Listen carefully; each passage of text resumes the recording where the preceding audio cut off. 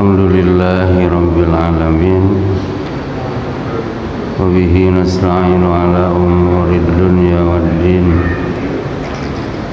Asyhadu an la ilaha illallah wa asyhadu anna Muhammadar Rasulullah. Allahumma salli wa sallim wa barik ala sayyidina mursalin Sayyidina wa maulana Muhammadin wa ala alihi wa ashabihi ajmain. Amma ba'du. Allahumma aghnina bil ilmi wa zayyinna bil hilmi wa akrimna bit taqwa wa jammilna bil afiyah. Yang saya muliakan pengurus Masjid Jami As-Sakinah, yang saya muliakan para alim ulama cerdik pandai, orang tua, ibu-ibu, bapak-bapak semuanya, saudara-saudari, muslimin muslimat rahimakumullah. Puji syukur mari kita persembahkan kehadirat Allah Subhanahu wa taala yang telah memberikan kesempatan kepada kita untuk kembali bertemu malam ini.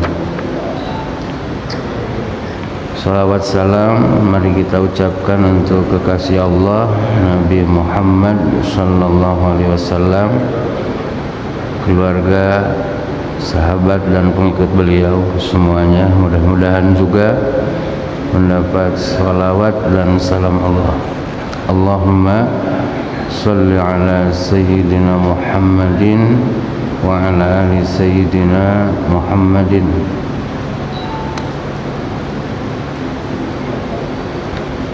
Yang mulia para orang tua, malam ini kita ngaji fikih ya, biar ada variasi lah ya. Dalam sebulan ada satu pekan, satu Jumat kita baca fikih. Berarti 3 pekan atau 4 pekannya masih hadis ya, dari sholihin. Saya nih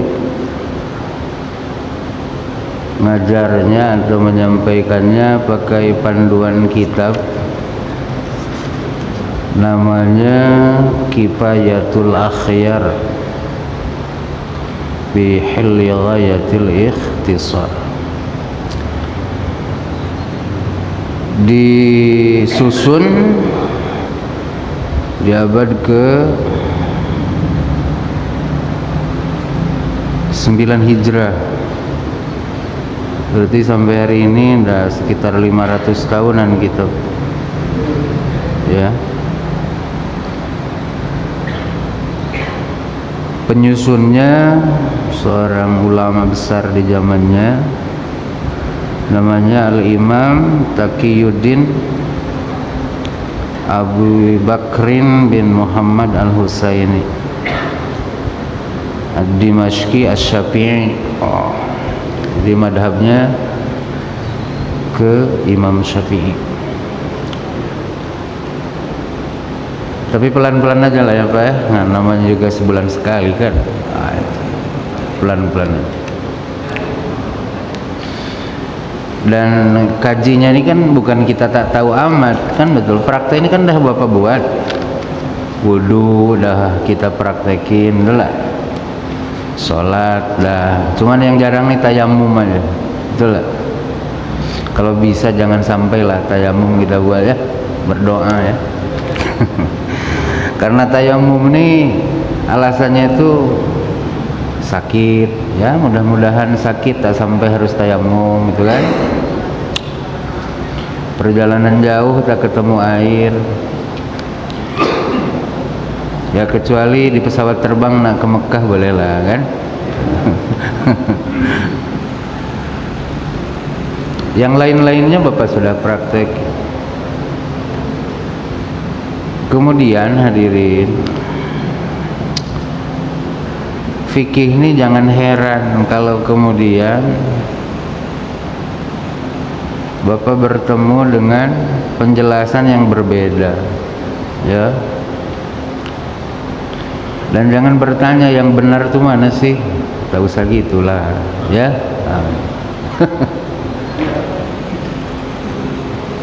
Jadi Imam Ibn Rushd beliau menjelaskan, ulama itu bukan pengen beda, cuman berpikir itu menghasilkan perbedaan, gitu ya. Kalau sumber yang dijadikan landasan fikih semuanya ya Quran, hadis, itulah. Cuman menggali Quran ini kan menggunakan akal, betul. Nanti di Quran itu kan ketemu lafad gitu, ya. Lafad itu ada yang am yuradu bihil khas, ada khas yuradu bihil am, ada khas yuradu bihil khas, ada khas yuradu bihil am. Gitu. Contoh lah nanti di depan ya. Kalau di madhab Syafi'i, membasuh tangan sebelum wudu hukumnya apa? Hah? Oh, mustahab. Mustahab itu ya sinonim lah dengan mandub, masnunah, disunatin. Tapi kalau Bapak baca fikih di madhab lain, ada yang mengatakan rukun wudu loh. Oh, hadisnya sama. Hadisnya sama. Paham ya? Hadisnya sama. Ada yang bilang wajib kalau bangun habis tidur malam. Oh, kalau tidur siang enggak, anjuran aja. Paham ya? Jadi jangan, oh inilah gara-gara fikih kita berpecah belah. Enggak, betul lah. Tak berpecah belah gitu, ya. Kan perselisihannya itu bukan pada tidak dan iyanya kan, betul lah. Wajib atau anjuran saja, haram atau makruh saja, kan gitu. Ya sama-sama harus nilainya dibuat ada kebaikan, ditinggalkan ada kebaikan. Ini penting nih Pak, penting. Dan kita nih tak cukup alat ya untuk gali sendiri dari hadis, dari Quran, ya belum cukup alat. Makanya jangan so hebat langsung buka Quran, langsung buka hadis gitu kan, ngaji fikih. Nanti nyasar nak nyusun Nokia balik, setelah dimasukin casting tak nyala gitu. Paham enggak ya? Dah lah ngikut karya orang sebelum kita karena mereka lebih mumpuni, ya. Karya ini kan 500 tahun yang lalu ya. Di abad 909 Hijrah, berarti 900-an kan. Kita kan udah 14 ya sekarang. Nah, paham Pak ya? Nah, penting ini saya sampaikan terlebih dahulu. Jangan sampai nanti Bapak dengar penjelasan saya sampai rumah lain katanya penjelasan Rustam dengan yang saya dengar di YouTube. Adalah kan jadi masalah. Adalah jadi masalah. Padahal saya tak cakap sendiri tapi membacakan ya karya orang. Nah, ada yang ulama yang menyusun karya menganalisa perbedaan itu kenapa gitu. Nah, itu diantaranya Ibn Rushdi, ya Ibn Rushd. Gitu. Nantilah di bab wudu gitu ya, kita akan beberkan sikit-sikit biar ini. Kalau intinya wudu kan sudah bisa kita, ya sudah bisa. Oke, hadirin, ketika berbicara bab fikih nih, ya, Bapak lihat kitab apapun, pasti bab pertama tuh kitabut toharoh, ya. Mau di madhab Syafi'i, mau di madhab apapun, bab pertama tuh kitabut toharoh, berbicara tentang masalah kebersihan. Itu.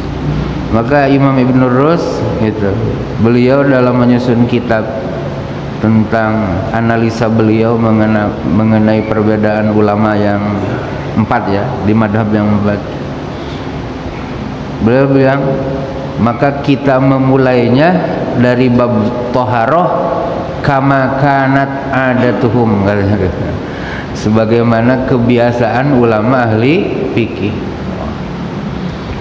Dimulai dari bab toharoh. Nah, ini bukan kebetulan nampaknya, betul lah? Bukan kebetulan. Jadi bab toharoh ini merupakan kunci keabsahan ibadah yang berkaitan dengan itu.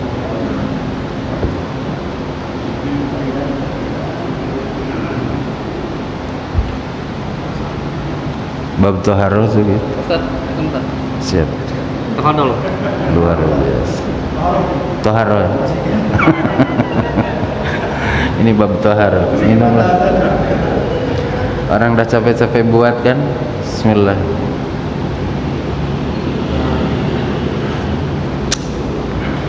Tapi tak cocok kopi untuk penceramah. Kopi ini kan 3 menit sekali seruput, ya. Ceramah 3 menit sekali seruput, tak jadilah ceramah. Jadi toharoh ini memang menjadi dasar sah dan tidak sahnya perbuatan berikutnya, perbuatan ibadah, diterima atau tidaknya ibadah, perbuatan ibadah berikutnya setelah toharoh. Maka Rasul sampaikan dalam sebuah hadisnya, la sholata bila tahurati wala shadaqata min gululin.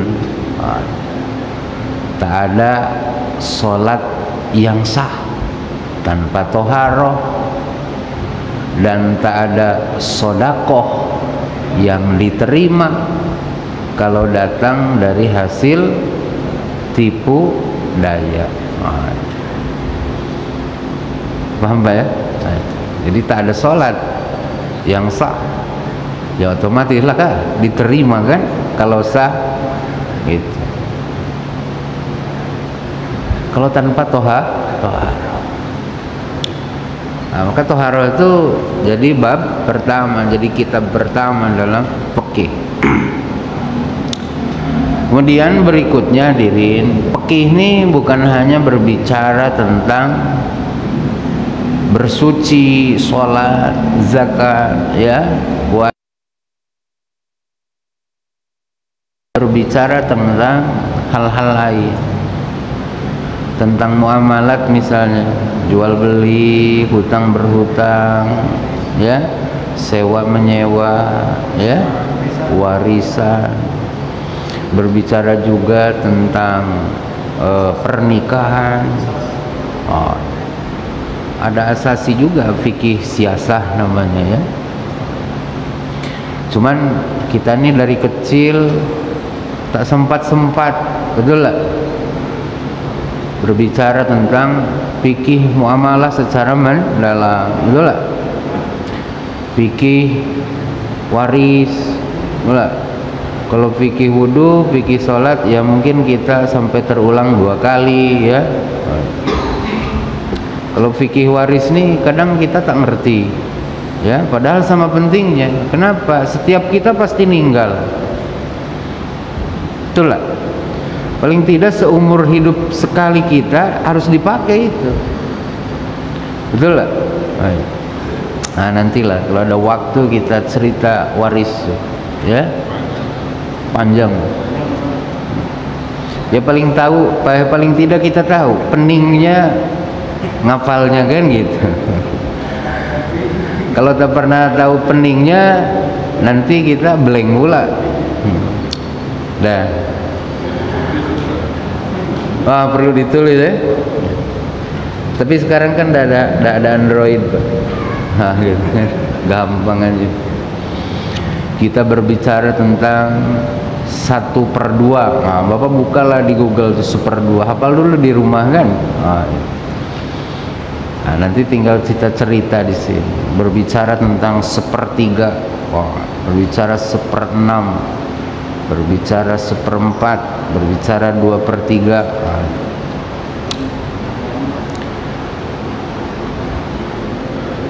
Nah, lanjut ya. Lalu apa toharoh tuh? Toharoh itu secara bahasa artinya nadhafah. Apa Pak? Nadhafah. Dulu waktu kita kelas 1 atau kelas 2 SD ya, atau diniyah dulu, ada kan semboyan di dinding diniyah kita, an-nadhafatu minal iman, gitu. An-nadhafatu minal iman. Kebersihan itu bagian dari iman. Ya itulah wudu tuh. Betul lah. Orang tak wudu, sholat tapi tak ada wudu, kan berarti ayat Allah. Betul lah. Dia iman tentang ayat sholat tapi tak iman tentang ayat wudu misalnya kan.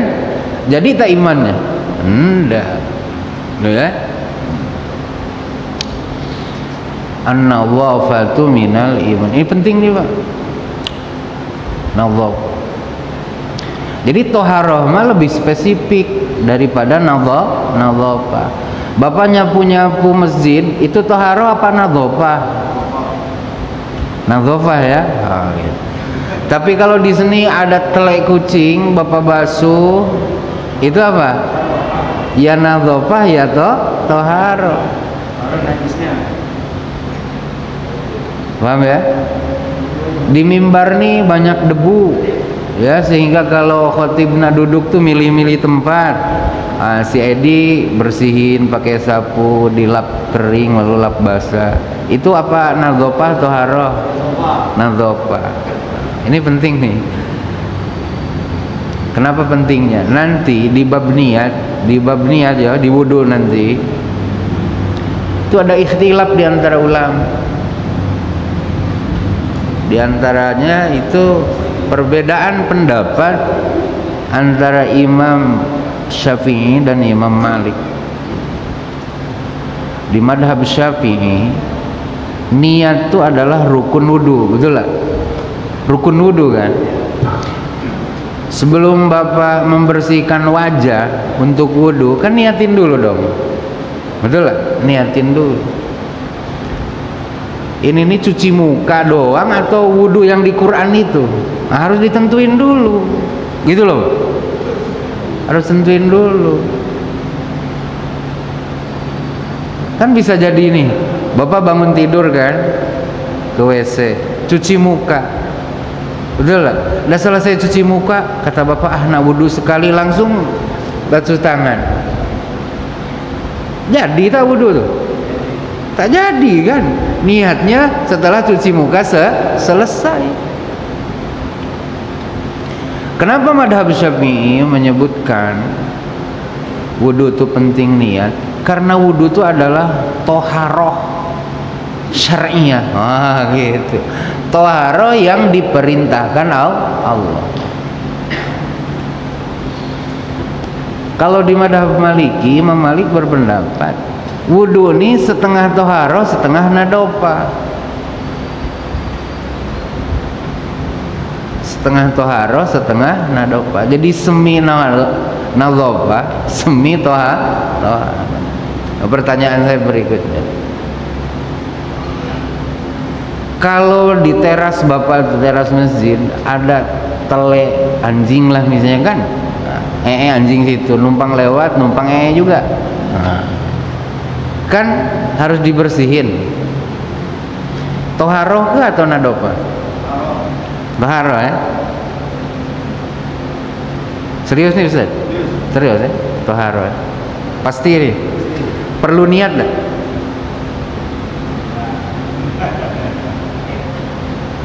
Perlu niat tak Ustaz bersihin?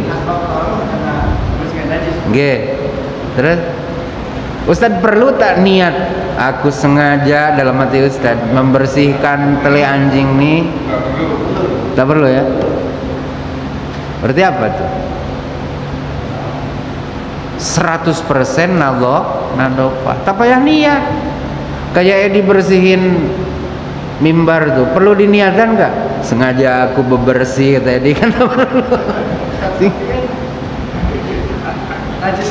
Nah, itu kan, itu kan, dah pusing kan? Nah, dah pusing kan? Nah. Paham ya? Nah, penting nih, penting biar kita tak apa memahami perbedaan tuh, tak langsung nengok. Pecah belah terus katanya ulama nih katanya. Kata ini A, kata ini B. Paham enggak? Nah, nanti kita ini kan ceritanya kan bukan ngasih tahu yang belum tahu kan. Kita sudah tahu prakteknya, cuman ada pernik-pernik yang perlu kita bincangkan bersama. Oke ya. Nah, itu. Jadi secara bahasa toharoh itu maknanya nadhaf, bersih secara umum. Sedangkan dalam istilah syariat ya, toharoh itu adalah ibaratun an raf'il hadathi au izalatin najasi au ma fi ma'nahuma au ala suratihima kal ghuslati tsaniyati wal sali al masnunati. Panjang ya, adalah kita pendekin. Secara istilah syariat yang dimaksud toharoh itu adalah satu istilah untuk meredaksikan pertama raf'il hadas. Gitu. Kalau dalam syariat kita bilang toharoh tuh maknanya tuh raf'ul hadas, ngangkat hadas, ngilangin hadas. Hadas tuh dua ya, ada hadas besar, ada hadas kecil. Hadas tuh tak terlihat loh, hadas namanya. Tak ada bentuknya hadas. Paham ya? Misalnya kan, kentut misalnya kan, kentut kan berhadas namanya. Cara toharohnya tuh bukan nyebokin pantat. Nah sholat tuh kentut tadi kan, sambil dengar ceramah saya bapak kentut. Apa bahasa santunnya kentut? Kentut ini kan sopan kan? Sopan ya? Sopan. Nah, takutnya saya ini kan tak asli lahir di sini pak, kurang ngerti kan, dauk bahasa santun tak santun tuh kan, makanya kalau ada kurang santun sedikit maafkan lah ya. Nah gitu. Kalau Ustadz Ali kan lahir di sini, ngerti lah mana cakap yang halus, cakap kasar, tengah-tengah kan. Kita kentut, nak sholat isya kan toharoh dulu, betul lah. Toharohnya tuh bersihin tempat keluar kentut bukan? Bukan kan? Cuci mukamu, cuci tanganmu, usap kepalamu, basuh kaki. Padahal yang berdosa luang belakang loh. Lucu kan? Nah itu toharoh, betul lah. Kecuali kentut keluar pula kawannya kan? Nah itu toharohnya double, betul lah. Bersihin najis belakang sama wudu kan? Itu. Nah, jadi kalau dibilangkan toharoh itu objeknya itu ngehilangin hadas. Atau lepas ngaji ini bobo jam 9, sebelum bobo bapak memberikan apakah ke istri, apakah batin, betul? Itu mau keluar tak keluar kan bapak harus mandi. Yang penting barang bapak tuh masuk, betul lah. Tak keluar Ustadz, mandi tetap. Sing penting barang tuh melebuk. Paham Pak ya? Nah itu tak keluar katanya, keburu ada tamu ya, jam 9 semana nak buat kan. Ada pula kawan anak, Assalamualaikum, ada kiriman daging Pak. Nah dilanjut, kadung istri duluan tidur kan, mandi tak pagi? Boleh mandi hari itu juga, malam itu juga? Boleh lah. Nah ditunda sampai pagi? Boleh. Boleh ya, bukan haram ya, dan bukan wajib, boleh. Kalau bapaknya langsung mandi silakan. Tapi kalau asam urat tak usah lah. Nunggu pagi. Kecuali nak tahajud malam, betul lah.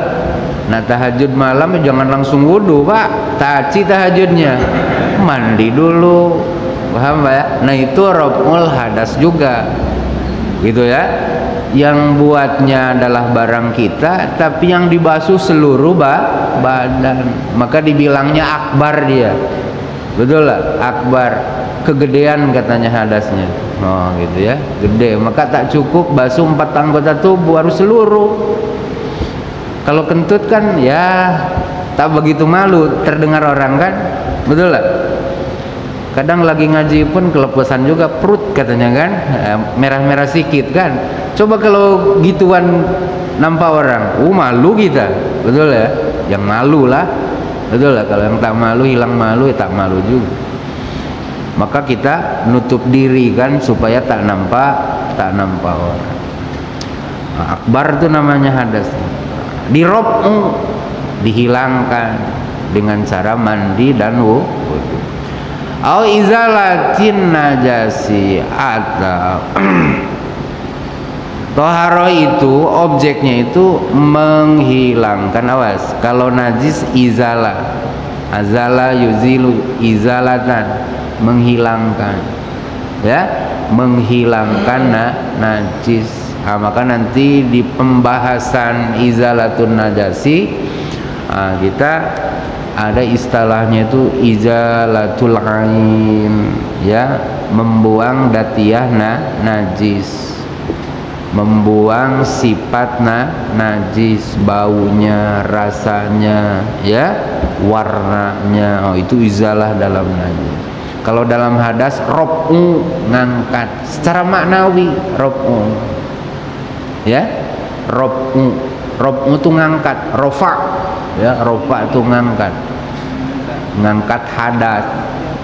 Secara maknawi hilangnya itu. Kalau najis itu menghilangkannya memang hakiki gitu ya.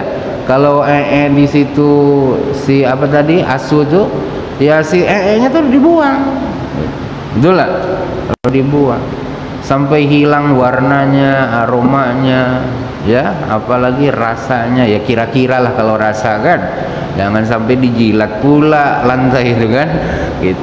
Kalau warna dah hilang, bau dah hilang, oh berarti rasa dah hilang, betul lah. Jangan sampai dijilat gitu, tak usah lah, terlalu lah itu ya. Halnya sama Pak, cebok kan itu izalatun najas. Bapak kan buang air besar kan, berarti di lubang kita nih ada bekas dia kan, ada bekas barang yang turun ke spiteng. Ini kan berarti harus 3 sifat najis itu hilang, rasa, bau, aroma. Maka jangan asal gitu loh, dah gitu kan. Itu harus serius membersihkannya, harus serius gitu. Nanti di depan akan kita bincangkan apa yang bisa kita gunakan alat untuk menghilangkan najis itu ya.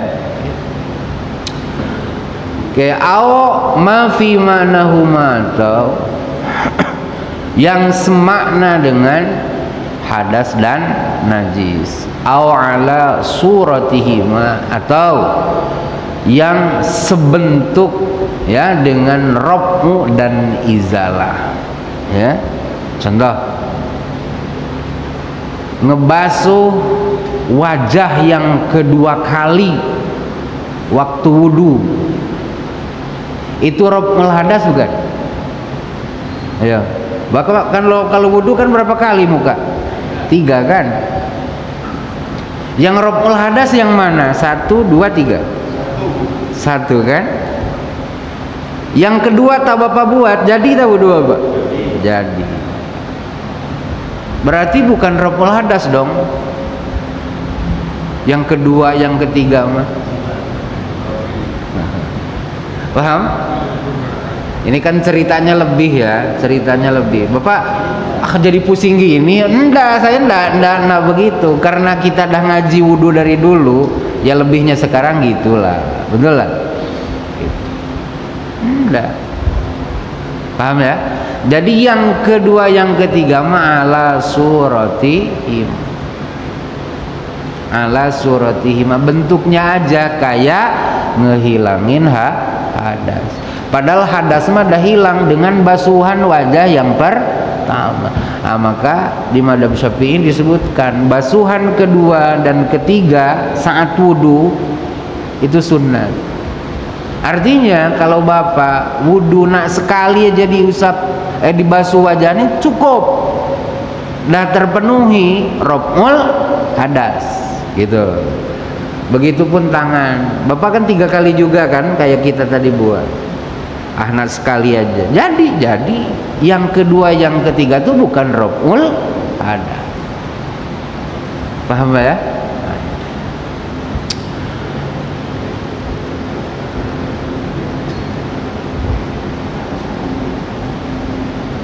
Oke, paham?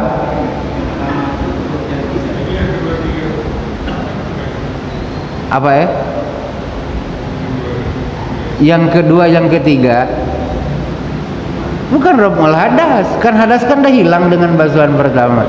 Tapi ala suratihima, bentuknya sama dengan menghilangkan hadas. Itu toharoh juga. Nah gitu. Paham? Tidak menyempurnakan. Apa Pak? Tidak menyempurnakan kamar tadi. Ya kalau dari sisi fungsi iya, ya menyempurnakan. Bukan gini Ustaz, setengah yang kedua, itu bukan nyempurnain itu. Jadi basuhan pertama tuh sudah semuanya kena tangan, gitu Ustaz. Paham? Nah. Paham ya? Jadi bukan raf'ul hadas tapi ala surati raf'il hadas. Sebentuk dengan menghilangkan hadas. Wong hadasnya udah hilang. Ustadz tadi sholat Jumat kan? Ustadz mandi kan? Mandi. Ngehilangin hadas bukan?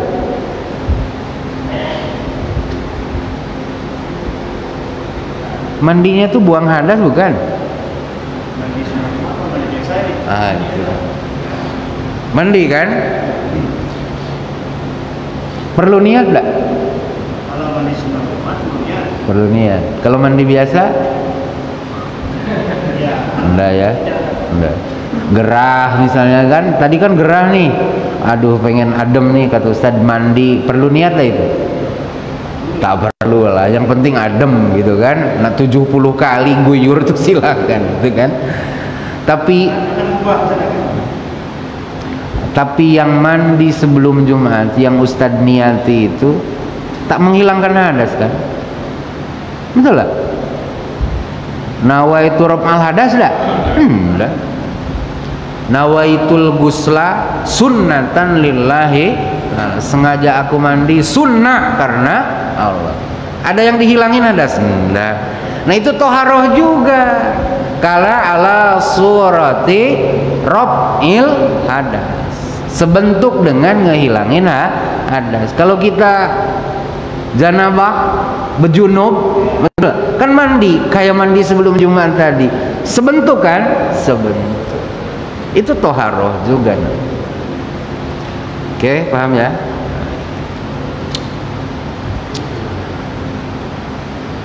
Nah lanjut. Ustadz nih sampai selesai ngaji sanggup ditahan kentut nih kan?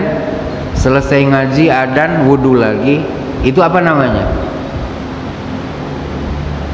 Ada kan? Hah? Oke, ulang. Pak Ketua nih ngaji sama kita kan? Pas azan keluar wudu, ngapa? Wudulah katanya. Kan tak kentut kata putranya tuh. Ya wudu aja katanya. Oh, kan gitu. Ada hadas tak ketua? Tak ada. Tapi nak wudu boleh? Boleh. Itu namanya tajdidul wudu, memperbaharui wudu. Ngehilangin hadas bukan? Enggak, hadasnya tak terjadi kok. Buang angin tidak, tidak, nyentuh istri tidak, nyentuh kulit perempuan tidak, betul lah. Keluar sperma tidak, tapi nak wudu. Bapak jangan larang, kalau tak batal jangan wudu, haram loh kata bapak. Bisa ada gitu ngomong? Tak kan? Saya nak wudu aja kan tak batal.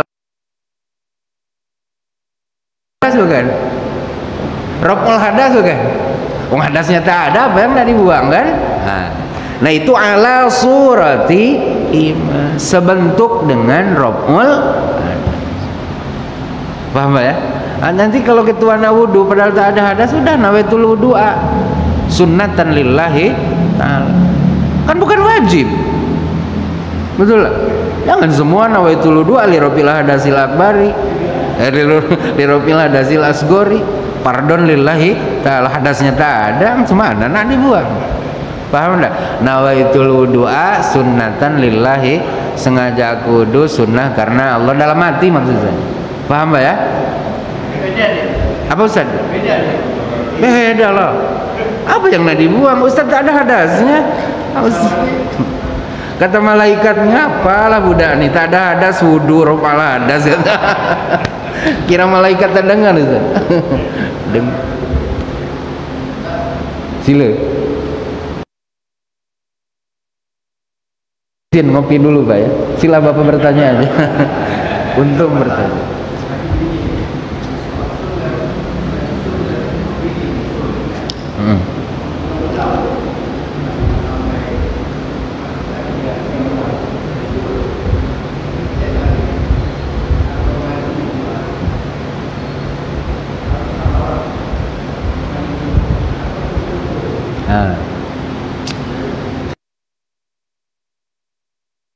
Lain gitu kan. Itu malam apa nih, malam Sabtu ya, lain pula.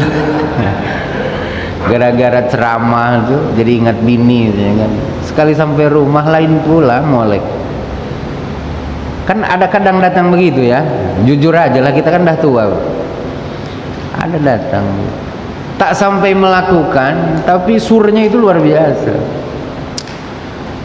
Nah kalau hanya setakat keluar benda yang namanya madhi ya, pengiring mani, itu hanya berhadas kecil Bapak, sama seperti najisnya air kencing ya, sama seperti najisnya air kencing.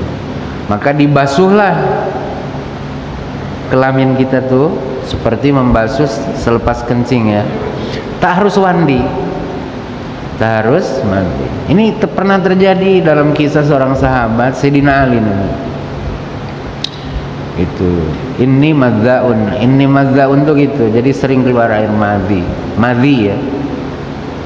Nananya dengan Rasul, malu karena beliau mertua kan gitu. Akhirnya nyuruh sahabat dekat beliau, tolonglah tanyakan, kata Rasulullah, dengan sahabat yang disuruh tuh bersihkan aja lalu wudu. Nah, berarti itu penyebab hadas kecil. Paham Pak ya? Nah, ciri bedanya madhi dengan mani itu, kalau mani keluarnya itu enak katanya ya. Bukan katanya, pengalaman kita ya. Kok katanya pula. Enak. Kemudian dapik, apa ya dapik tuh? Muncrat. Berapa ya, bertenaga tuh, bertenaga dapik. Nah itu kalau udah ada penyakit, hilang sebagian sifat-sifatnya itu ya, enak kurang, itulah muncrat tak kuat lagi itu. Ya Allah, itu nambah umur tuh katanya begitu, kekuatan loncatnya itu tak sanggup jauh lagi. Oke, lanjut ya. Oke. Selanjutnya berbicara tentang toharoh ini, dipastikan kita berbicara tentang alat toharoh, alat bersuci. ya. Nah, alat bersuci ini yang mujma'un alaihi, muttafaqun alaih adalah dua ya. Pertama al-miyah, yang kedua at-turab. Al-miyah itu jama dari ma'un, ma'un air, jamannya miyahun air. Jadi alat toharoh itu, alat wudu, alat mandi itu pertama air. Kalau bapak umroh miyah, miyah, muyah itu air, kan? Kalau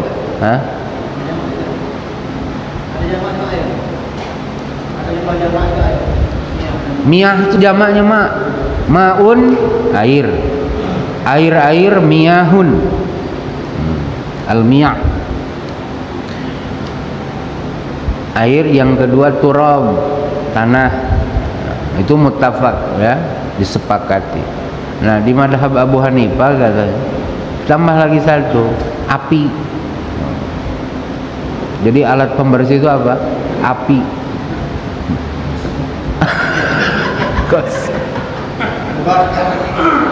Dalilnya itu katanya kita pendosa nih kalau balik ke akhirat untuk boleh ke surga tuh kan dibersihin dulu, ditathir bahasa Arabnya, ditathir, dibersihin. Di mana? Dalam api yang kita bilang naru jahannam, narul lawa, narul hutama, api jahannam, api hutama, supaya sah menjadi penghuni kesucian surga. Tapi jangan dipraktekin lah gitu. Bahaya, nanti bisa gosong gitu kan. Cuman ada Pak ya seperti misalnya di kampung dulu kan, Bapak tahu gak dulu di kampung tuh buat rumah tuh supaya kayak sekarang plester ya, itu kan pakai tai kebo yang baru turun tuh, itu dipakai pencampur tanah supaya lengket nempel. Betul lah. Nah, supaya jadi suci gimana caranya? Bakar dulu. Gitu kan. Bakar dulu dalam madhab Abu Hanifah. Maka dalam madhab Syafi'i tak boleh bangunan masjid disertai najis. Kan? Telek ya, telek dibersihin pakai air jadi suci dah. Teleknya dibersihin pakai air jadi suci dah. Kan enggak lah, macam mana telek dibersihinnya? Kalau marmer kena telek dibersihin, marmernya boleh jadi suci. Betul ya? Nah, kalau di madhab Abu Hanifah kan bisa jadi ini alat bagi kita ya. Di madhab Syafi'i tak bisa nih. Bapak nganut madhab Abu Hanifah, ada suci, dah dibakar gitu. Nah, sekarang kita berbicara tentang alat pertama yaitu air. Kata Sohibul kitab ya, kata beliau al-miyah allati yazuzu biha at-tathiru sab'umiyah. Air yang boleh digunakan untuk bersuci ya, wudu sama mandi tadi sama ijalatun najah, ada macam 7 macam airnya tuh, ada tuh 7 nama air. Pertama ma'us sama, air langit. Bahasa kita apa? Air hujan. Jadi Bapak kalau hujan nanti malam nak sholat tahajud, wudu langsung, tak pakai penampung dulu, jadi tak wudu? Jadi. Itu sehalal-halal air itu tuh, itulah air hujan. Itu kan belum menggunakan fasilitas kita kan, belum pakai paralon kita, belum pakai timbahan kita, betul, belum pakai tanah kita. Itu sehalal-halal benda di air zaman tuh air hujan. Kalau udah lewat gelas nih, ini gelas nih kadang duit yang dipakai beli haram nih kadang, betul. Dilewatkan pakai paralon, paralonnya itu duit untuk belinya tuh subuhat kadang ya, kadang. Kalau dari hujan kan tak pakai fasilitas kita kan, langit punya Allah kan gitu. Kita nih karena biasa nih hujan, Pak, biasa aja. Bahkan kalau lama tuh mulai ngutruk kita kan, mak banjir lagi nih, oh kan gitu. Kalau di Mekah tuh datang hujan tuh katanya, itu macam lebaran kita, bahagia betul. Betul lah, karena jarang ketemu air dari langit kan. Nah itu air hujan. Bahari, air laut, Kepri ini itulah potensi alam terbesar kita punya air laut. Maka jangan bilang orang Taman Harapan indah karena kemarau panjang tayamum. Ngapa tayamum? Tak ada air, Pak, katanya. Coba Bapak tengok. Iya, air PDAM tak ada. Tuh Bapak pergi Sungai Pula itu kan, itu air laut semua tuh. Bawah jembatan ke mana tuh? Apa wajib wudhu di sana. Pakai air lah. Atau habis pula. Ya, dah lah. Berarti kita cerita air. Berdua ya Ustaz, air laut. Nanti bulan depan. Sila.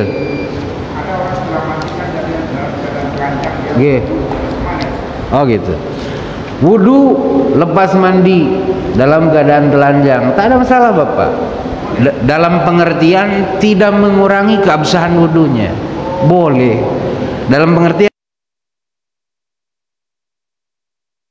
tentang etika ya tak beretika, betul lah, tak beretika. Tapi kalau dilakukan itu sah wudunya dengan catatan lantai yang dia gunakan itu sudah bersih dari najis. Karena di WC itu kita pipis, kita cebok, itu bersihin dulu pakai air. Setelah yakin lantai ini tak ada najis, Bapak berwudu, biar cepretan air itu tak najis yang kena ke badan, Pak ya. Habis Pak ya. Jadi mudah-mudahan ada manfaatnya. Subhanakallahumma bihamdika asyhadu an la ilaha illa anta astaghfiruka wa atubu ilaika. Assalamualaikum warahmatullahi wabarakatuh.